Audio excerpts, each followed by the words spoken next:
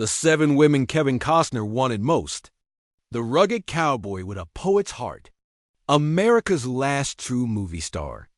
The man who brought us epic love stories from The Bodyguard to Dances with Wolves. For 4 decades, Kevin Costner has defined a particular kind of masculine appeal on screen. Vulnerable yet strong, sensitive yet resolute. A man equally comfortable rescuing Whitney Houston or roaming the frontier. But behind those soulful eyes and that disarming smile lies something Hollywood insiders have whispered about for years. Kevin Costner's fascinating romantic history and the women who captured his imagination throughout his legendary career. Today we're pulling back the curtain on one of cinema's most private, leading men to explore the women who captivated the heart of the man who captivated America. These aren't just any Hollywood beauties. They represent an extraordinary collection of talents and personalities that reveal something profound about Costner himself. From chart-topping divas to television sweethearts, from supermodels to actual royalty, these 7 women tell us as much about Kevin's evolution as they do about Hollywood itself. What draws one icon to another? Is it shared artistry, physical attraction, the magnetism of 2 souls who understand the unique pressures of fame? Or perhaps it's something ineffable, a connection that transcends explanation, but is instantly recognizable when it sparks the life between 2 people. In this special presentation, we're counting down the 7 women who made Kevin Costner's heart beat faster throughout his storied career. From confirmed collaborations to rumored romances. From professional admiration to something much deeper. These stories paint a fascinating portrait of Hollywood's most earnest leading man and the women who broke through his carefully constructed barriers. So settle in as we explore the feminine mystique that captured the attention of cinema's most enduring romantic hero. And trust me, number 1 on this list might just make you see Kevin Costner in an entirely new light. But first, let's begin with perhaps his most famous on-screen partnership, one that blurred the lines between fiction and reality in ways that still resonate today. Very charming and generous and smart and accomplished. 7. Jennifer Aniston, America's sweetheart and the Cowboy King. Some attractions remain whispers in Hollywood's corridors. Private appreciations never fully brought to light. Such appears to be the case with Kevin Costner and Jennifer Aniston, 2 stars whose paths crossed occasionally, but meaningfully throughout their parallel careers. Though never linked romantically in the public eye, industry insiders suggest that Costner harbored a special fascination with the Friends star that went beyond mere professional admiration.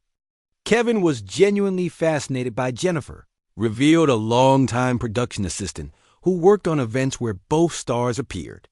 Not in that obvious Hollywood way. It was subtler, more respectful.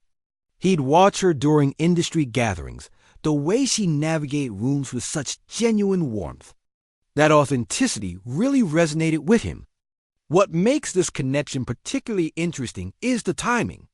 As Aniston was cementing her status as America's sweetheart through Friends and her early film work, Costner was entering a more contemplative phase of his career after The Twin. Commercial disappointments of Waterworld and The Postman. Both were grappling with the complexities of fame. She with its sudden arrival, he with its fickle nature. According to those in their shared circle, what drew Costner to Aniston wasn't just her obvious beauty, but her grounded quality in an industry known for artifice. The last real movie star of her generation. That's what Costner reportedly called her during a conversation at the 2004 Golden Globes. A compliment that speaks volumes coming from a man whose own career had been defined by old-school movie stardom. There's something about Jennifer that reminded Kevin of himself before the pressures of being Kevin Costner took their toll. Explained a director who worked with both stars separately. That Midwestern authenticity, the lack of pretension. In Hollywood, finding someone who hasn't been corrupted by the system is rare. I think he recognized a kindred spirit in her.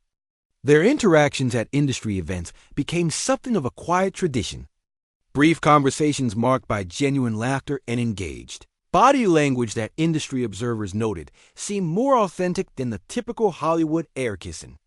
At the 2006 Academy Awards, They reportedly spent nearly 30 minutes in conversation at the Vanity Fair afterparty, oblivious to the A-listers circulating around them.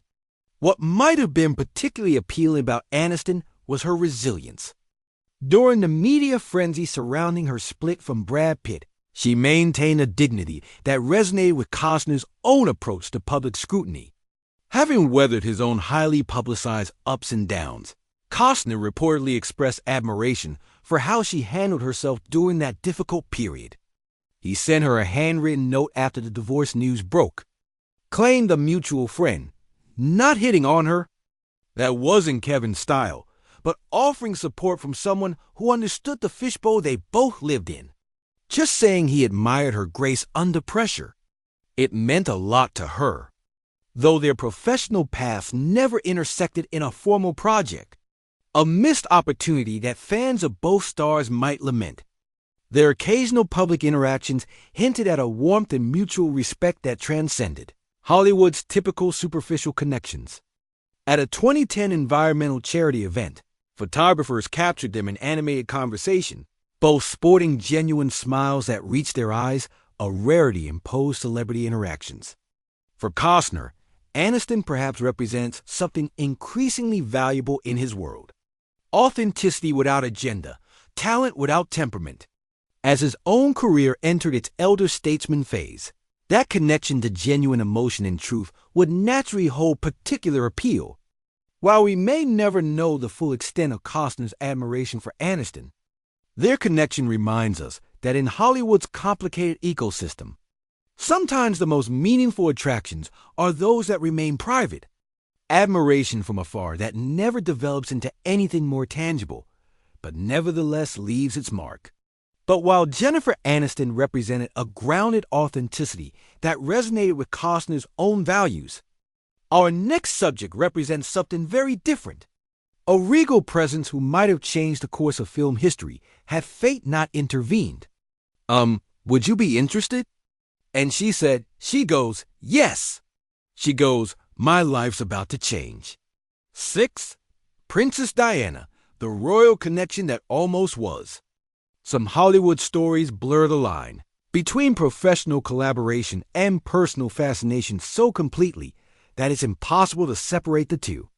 Kevin Costner's connection to Princess Diana falls precisely into this intriguing territory, a tantalizing what-if scenario that continues to captivate the public imagination decades later.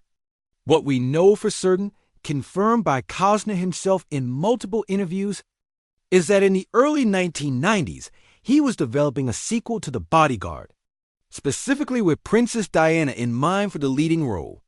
This wasn't idle speculation or rumor.